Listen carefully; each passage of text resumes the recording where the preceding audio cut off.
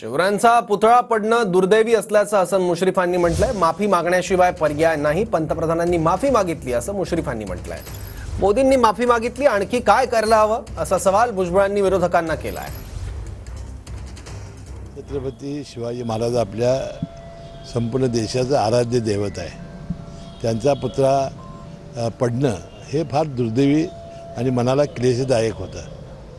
त्यामुळे पहिल्यांदा अजितदादांनी संपूर्ण 13 कोटी जनतेची माफी मागितली आणि काल तरी देशाच्या पंतप्रधानांनी त्याने अतिशय प्रांजळपणाने छत्रपती शिवाजी महाराजांच्याबद्दल या घटनेबद्दल संपूर्ण देशाची आणि राज्याची माफी मागितलेली आहे। आता त्यावर माफी मागण्याशिवाय आमच्याकडे पर्याय नाही। ती माफी आता आपण मागितलेली आहे। चूक झाली त्यांची, तर मग त्याबद्दल जे आहे माफी मागितलं, आणखी काय करायला पाहिजे हे त्यांनीच सांगावं। आता मग काय करायला पाहिजे? का नेमल अधिकाऱ्यावर कारवाई करायची? पुन्हा कारवाई?